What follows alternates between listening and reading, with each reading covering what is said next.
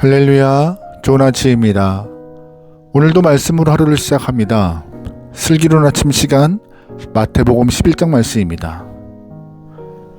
우리는 한 분야에서 대가의 반열에 오른 사람이 이룬 업적을 주목합니다.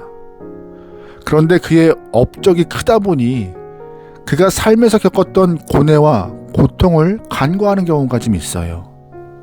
아무리 훌륭한 업적을 이룬 대가라 할지라도 인간적 고뇌와 고통의 시간은 존재합니다. 존경받는 정치인이라 할지라도, 훌륭한 정치인이라 할지라도 선거에 낙선하고 정계 은퇴를 고민했던 적이 있었을 것이에요. 노벨상을 받은 과학자라 할지라도 실험실에서 수천 수만 번 실패하고 포기하고 싶었던 그런 고민의 시간의 때도 있었을 것입니다.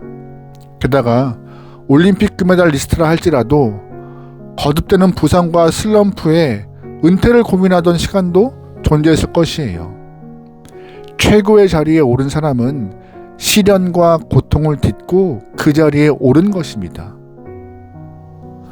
신앙의 열매를 남긴 믿음의 선배들도 크게 다르지 않아요. 믿음의 위인들이 걸어온 삶을 보면은요, 절망과 눈물의 시간 속에서 하나님만 붙들던 그런 믿음의 여정을 볼 수 있습니다. 오늘 본문에서 고민과 좌절을 경험한 한 영혼이 등장합니다. 바로 세례 요한이에요. 본문에서 세례 요한은 감옥에 갇혀있는 상태입니다. 요한이 왜 감옥에 있습니까? 당시 이스라엘 분봉왕으로 있던 헤롯의 죄를 책망했기 때문입니다. 당시 헤롯은요, 자기 동생의 아내를 빼앗아서 자기 아내로 삼았던 거예요. 그런데 세례 요한이 헤롯의 행동에 대하여서 잘못된 것이라 지적했던 것이고, 헤롯은 요한의 책망을 듣고 싶지 않아서, 듣기 싫어서 요한을 감옥에 가둔 것이죠. 옥에 갇힌 채로 시간을 흘러갑니다. 그 과정에서 세례 요한의 마음이 인간적으로 조금씩 고민이 생기기 시작해요. 어떤 고민이요? 왜 나에게 이러한 일이 닥칠까? 이런 의문, 고민들이 마음속에서 싹트기 시작합니다. 믿음이 옅어지고 흔들리기 시작해요. 그는 이런 질문을 던집니다. 2절 말씀이에요. 요한이 옥에서 그리스도께서 하신 일을 듣고 제 아들을 보내어 예수께 여짜오되 오실 그이가 당신이오니까 우리가 다른 일을 기다리오니까. 아멘. 정말 세례 요한이 이런 말을 했을까? 라고 생각할 만큼 요한의 믿음이 흔들리고 있다는 것을 볼 수 있습니다. 여러분, 세례 요한이 어떤 사람입니까? 세례 요한은요, 예수님보다 6개월 먼저 태어나서 주의 길을 곧게 한 영혼이고 광야에서 외치는 자의 소리였던 영혼입니다. 그는 낙타털옷을 입고 메뚜기와 석청을 먹으면서 광야에서 죄사함을 선포하고 회개의 말씀을 전했던 영혼이에요. 당시 이스라엘 사람들이 유대 종교 지도자들의 쥐고 흔들었던 그 종교 권력에 지쳐 있었고, 신앙을 통하여 진정한 위로를 경험하지 못하고 있을 때 세례 요한의 메시지를 듣기 위하여서 유대 광야까지 걸어 나왔어요. 요한은 자신에게 몰려온 사람들에게 친절하게 말하지 않았습니다. 아주 강력하게 회개의 말씀을 선포했어요. 놀랍게도 많은 사람들이 요한의 설교를 듣고 회개하고 요단강에서 세례를 받았습니다. 예수님도 세례받기 위하여서 요한에게 갔을 정도였습니다. 그런 사람이 요한이에요. 그럼에도 불구하고 지금 본문 속 세례 요한은 메시아를 더 기다려야 될지, 아니면 예수님이 진정한 메시아인지 확인할 만큼 영적으로 힘든 시간을 보내고 있던 것이 현실이었습니다. 이런 요한에게 예수님이 무슨 말씀을 하셨을까요? 5절 말씀이에요. 맹인이 보며 못 걷는 사람이 걸으며 나병 환자가 깨끗함을 받으며 못 듣는 자가 들으며 죽은 자가 살아나며 가난한 자에게 복음이 전파된다 하라. 누구든지 나로 말미암아 실족하지 아니하는 자는 복이 있도다 하시리라. 아멘. 메시아가 오면 이러한 일이 있을 거야 라고 하나하나 설명하세요. 그러면서 너도 메시아가 오면 이러한 일이 이루어질 거라 들었지? 그런데 내가 이런 일을 행했어 라고 말씀하시는 거예요. 그러면서 누구든지 나로 말미암아 실족하지 않은 자는 복이 있다 말씀하세요. 이 말씀은 요한에게도 위로가 되고 우리에게도 큰 위로가 되는 말씀입니다. 솔직하게 사람들은요, 누구나 믿으면서 의심하고 의심하면서도 믿는 존재들입니다. 우리는 믿음에 대하여 강박을 좀 갖고 있는데 100% 순전한 믿음, 불순물 하나 없는 믿음을 가져야 한다고 말해요. 그러면 좋죠. 하지만 사람 자체가, 인간 자체가 죄성을 갖고 있기 때문에 우리는 연약한 인간들입니다. 이 땅을 살아가는 인간에게 100% 순전한 믿음, 불순물이 없는 믿음은 존재하지 않아요. 믿음의 대가였던 세례 요한조차도 예수님을 믿고 싶으나 마음속에서 일어나는 의심은 어쩔 수가 없어서 예수님께 묻고 있잖아요. 우리는 마음속 깊숙한 곳에서 생겨나는 그런 의심과 불안의 감정을 솔직히 인정해야 합니다. 우리는 완전한 믿음을 갖고 싶지만 믿으면서 의심하고 의심하면서 믿는 그런 양자의 마음을 다 가지고 있는 것이 현실임을 인정해야 돼요. 이것이 우리가 소유하고 있는 믿음의 현 주소입니다. 그렇다고 믿음의 순도를 낮추자는 말이 아니에요. 100% 순전한 믿음이 불가능하지만 삶에서 최선을 다하여 순전한 믿음을 갖기 위해 은혜를 간구하는 것이 필요하다라고 말씀드리는 거예요.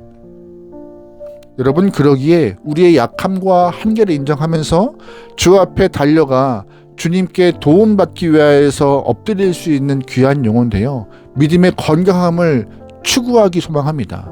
아멘. 그런데 우리가 본문에서 세례 요한이 훌륭한 점이 있어요. 어떤 점이냐? 이러한 의심이 들 때, 마음에 불안한 감정이 들 때 다른 것에 의하지 않고 즉각적으로 주님께 물어보았다는 것입니다. 주님, 지금 제 상태가 연약한 상태예요. 그럼에도 제가 주님을 붙들어야 합니까? 말씀해 주세요 라고 묻고 있잖아요. 흔들리는 믿음이 부끄러운 것이 아닙니다. 진짜 부끄러운 것은 뭐냐? 흔들리는 믿음을 방치하는 것이에요. 믿음이 흔들리고 불안해서 견디기 힘들 지경이 될 때 세례 요한처럼 주님께 물어야 하는 것입니다. 다른 사람에게 묻는 것 답 아니에요. 오히려 주님께 나와서 주님, 제가 지금 너무 힘들어요. 더 기다려요? 아니면 당신이 맞습니까? 라고 오히려 주님께 직접적으로 묻는 그런 믿음의 모습이 더 솔직하고 정직하고 건강한 것입니다. 그래야 답을 더 얻을 수 있어요. 오늘도 세례 요한과 같은 상황이 되면 불안과 불신, 주님에 대한 의심의 싹이 틀 것입니다. 그때마다 상황에 낙심하지 말고 불신에 휩싸이지 말고 주님께 간구할 수 있는 영혼 되면 좋겠습니다. 아멘. 그렇다면 우리는 왜 주님으로 인하여서 실족하는 것일까요? 이 말씀의 의미를 좀 깊이 생각해 봐야 해요. 주님으로 인하여서 실족하는 자들은 대체적으로 주님을 위하여서 열심히 또한 한 일이 많은 사람들입니다. 공로가 많은 사람들이에요.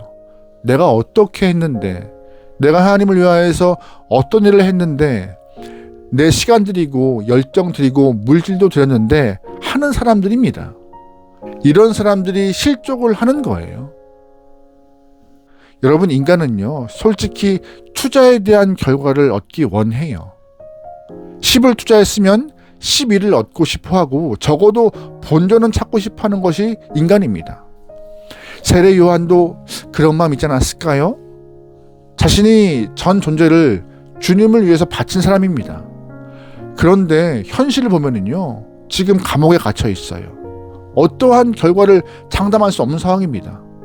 그러다 보니 여러 가지 생각이 들었겠죠. 우리는 어떻습니까? 우리가 주 앞에 헌신하고 능력을 받았다고 자부함에도 불구하고 현실이 어려울 때 주님에 대한 믿음까지 송두리째 흔들리고 있지는 않습니까? 마태복음 10장에서 우리가 보았던 것과 같이 성령의 권능을 받은 사람이라 할지라도 핍박을 받고 공회에 사로잡히고 고난받을 수 있고 피할 수가 없는 일들이 존재해요. 그래서 우리에게 필요한 것은 믿음이고요. 우리는 그 믿음을 굳게 붙잡고 나가야 할 때가 존재합니다. 그런데 뭐예요? 흔들릴 때가 있다는 것이죠, 믿음은.